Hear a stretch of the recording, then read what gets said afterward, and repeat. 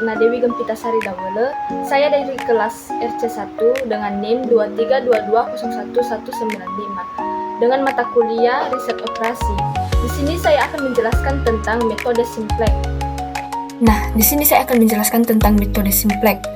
Yang dimana metode simplex ini biasa digunakan untuk menyelesaikan masalah optimasi yang melibatkan 3 variabel, lebih kecil, lebih besar, sama dengan, atau lebih yang tidak dapat diselesaikan dengan metode grafik. Yang kedua, metode simplex ini dibagi menjadi 2, yaitu maksimasi dan minimisasi atau meminimumkan. Contoh penyelesaian kasus metode simplex. Untuk menyelesaikan kasus ini, kita kerjakan dengan metode simplex dengan model matematika atau dengan cara meminimumkan. Fungsi tujuannya itu disimbolkan dengan huruf Z, sama dengan min 3x1 ditambah x2 ditambah x3. Fungsi kendala yang pertama, min 4x1 ditambah x2 ditambah x3 lebih kecil dari 11. Fungsi kendala kedua, min 4x1 ditambah x2 ditambah 2x3 lebih besar dari 3. Fungsi kendala ketiga, 2x1 dikurang x2 sama dengan min 1. Ada beberapa hal yang harus diperhatikan dalam menyelesaikan kasus ini melalui metode simplex. Yang pertama, nilai kanan fungsi tujuan harus positif. Yang kedua, nilai kanan fungsi kendala harus positif. Apabila negatif, nilai tersebut dikalikan dengan min 1.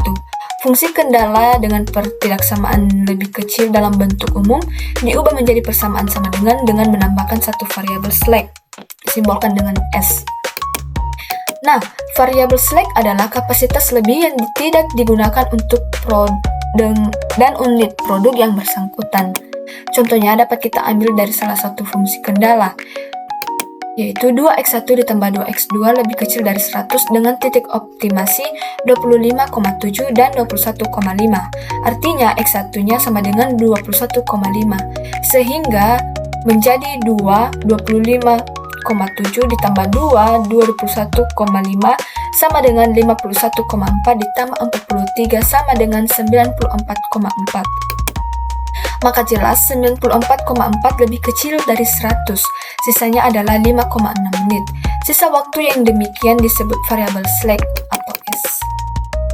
Selanjutnya, fungsi kendala dengan pertidaksamaan lebih besar dalam bentuk umum diubah menjadi persamaan sama dengan mengurangkan satu variabel surplus dan menambahkan variabel artifisial atau R. Fungsi kendala dengan persamaan sama dengan dalam bentuk umum ditambahkan dengan variabel artifisial atau R. Setiap tabel artifisial atau R dalam fungsi tujuan diberikan nilai penalti disimbolkan dengan M. Dengan M merupakan bilangan positif yang sangat besar. M bertanda negatif jika fungsi tujuannya memaksimalkan dan jika bertanda positif fungsi tujuannya minimasi. Kita kembali pada penyelesaian masalah dengan fungsi tujuan Z, yaitu min 3x1 ditambah x2 ditambah x3. Fungsi kendala yang pertama, x1 dikurang 2x2 ditambah x3 sama dengan lebih kecil dari 11. Fungsi kendala kedua, min 4x1 ditambah x2 ditambah 2x3 lebih besar dari 3. Dan fungsi kendala ketiga, 2x1 dikurang x3 sama dengan min 1. Sekarang kita menyelesaikan fungsi kendala. Nah, kita buat dalam persamaan yang pertama, x1 dikurang 2x2 ditambah x3 ditambah s1 sama dengan 11. Nah, keterangannya yaitu fungsi kendala dengan pertidaksamaan lebih kecil dalam bentuk umum diubah menjadi persamaan sama dengan menambahkan satu variabel slack, disimbolkan dengan S. Variabel slack adalah kapasitas lebih yang tidak digunakan dari unit produk yang bersangkutan. Yang kedua, 4x1 ditambah x2 ditambah 2x3 lebih besar dari 3 yaitu min 1. Keterangannya yaitu fungsi kendala dengan pertidaksamaan lebih besar dalam bentuk umum diubah menjadi persamaan sama dengan mengurangkan satu variabel surplus dan menambahkan variabel artifisial disimbolkan dengan R. Seperti begitu. Yang ketiga, 2x1 dikurang x3 sama dengan min 1.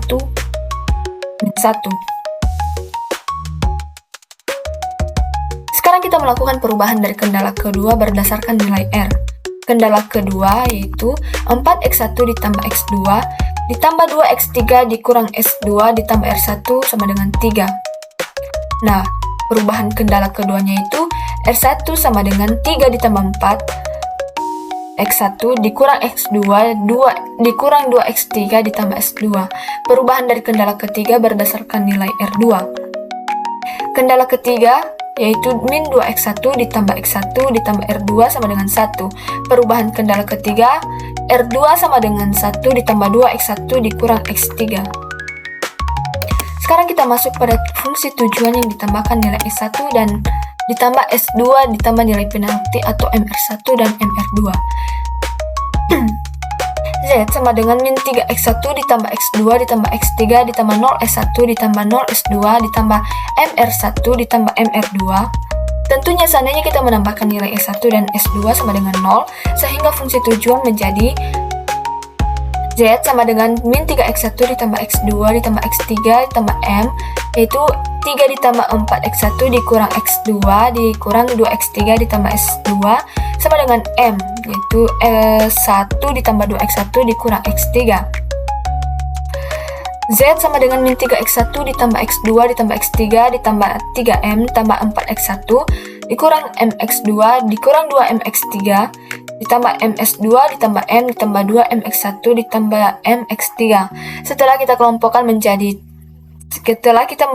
kelompokkan dengan memberi tanda dan ditambahkan setiap kelompok, Z sama dengan 3X1 ditambah X2 ditambah X3 ditambah 3M ditambah 4M1 dikurang MX2 dikurang 2MX3 ditambah MS2 ditambah M ditambah 2MX1 ditambah MX3.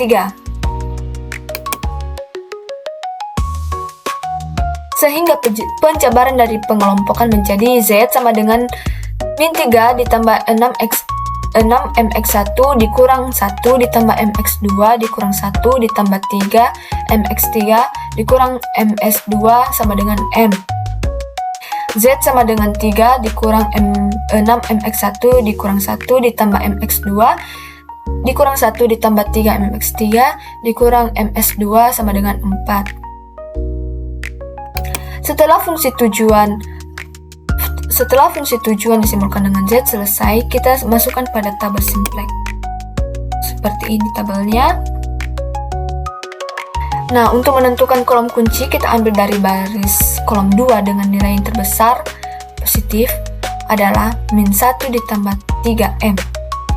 Keterangannya, untuk mendapatkan nilai indeks atau baris kunci, maka nilai kanan dibagi kolom kunci.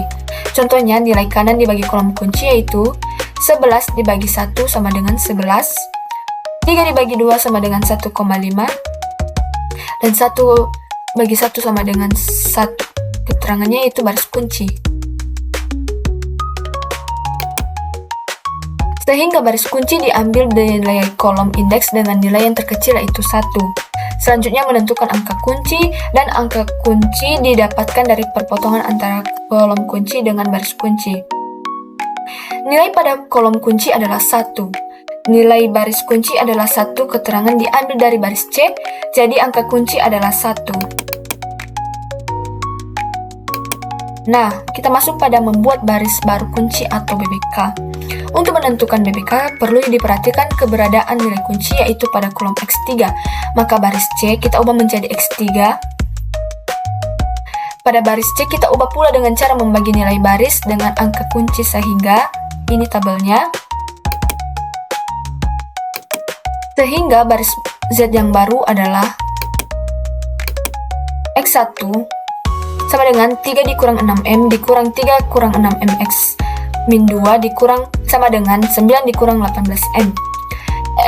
X2 sama dengan min 1 ditambah M dikurang 3 dikurang 6M dikali X0 sama dengan min 1 tambah M. X3 sama dengan min 1 tambah 3M dikurang 3 dikurang 6M X1 sama dengan min 4 ditambah 9M. S1 sama dengan 0 dikurang 3 dikurang 6M X0 sama dengan 0. S2 nya sama dengan min M dikurang 3 dikurang 6M X0 sama dengan min M. R1 sama dengan 0 dikurang 3 kurang 6X 0 sama dengan 0. R2 nya 0 dikurang 3 dikurang 6MX1 sama dengan min 3 tambah 6M. Nilai kanannya 4 dikurang 3 kurang 6M X1 sama dengan 1 tambah 6M.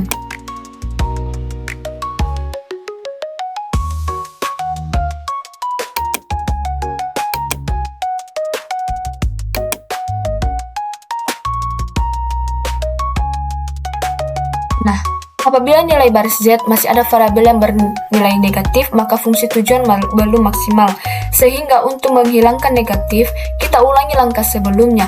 Hal dilakukan sampai nilai pada variabel Z atau tujuan tidak ada negatif.